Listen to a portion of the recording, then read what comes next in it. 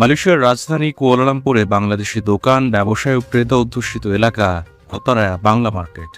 সারা দেশে বসবাসরত বাংলাদেশি প্রবাসীরা দেশীয় ও বিদেশি পণ্য কিনতে এখানে ভিড় করেন।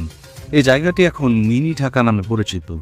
মালয়েশিয়ার প্রশাসন এই জালান সিলাং এলাকাটিকে মিনি ঢাকা হিসেবে নাম দিয়েছে, যেন কুয়ালালামপুরের প্রাণকেন্দ্রে এক টুকরো বাংলাদেশ।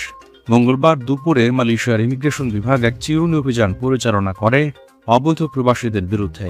সব তথ্য উপাত্ত যাচাই করে এলাকাটিকে বর্তমানে সম্পূর্ণ অবৈধ অভিবাসী মুক্ত বলে জানিয়েছে দেশটির ইমিগ্রেশন বিভাগ।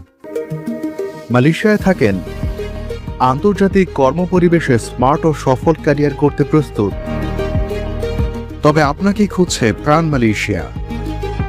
সমগ্র মালয়েশিয়া জুড়ে বিভিন্ন পদে আপনি হতে পারেন আমাদের পরবর্তী টিম মেম্বার। আপডেটেড সিভি সহ হোয়াটসঅ্যাপ করুন এই নম্বরে। অভিযানের পরে তথ্য নিশ্চিত করেন বিভাগের উপমহাপরিচালক লোকমান এফেন্দি রামলি। তিনি জানান, এলাকাটি বিদেশিদের একটি প্রধান মিলনস্থল হওয়ায় এটি বর্তমানে বিশেষ নজরদারিতে রয়েছে।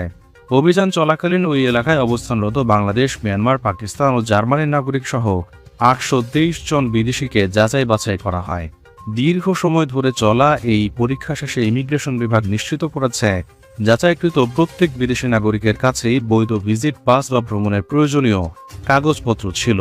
কর্মকর্তারা জানান, উপস্থিত সকল বিদেশি দেশটিতে কাজ বা ভ্রমণের উদ্দেশ্যে সম্পূর্ণ বৈধভাবে অবস্থান করছেন এবং কারো মধ্যে আইন লঙ্ঘনের প্রবণতা পাওয়া যায়নি। প্রবাস কণ্ঠ, নিউজ ডেস্ক।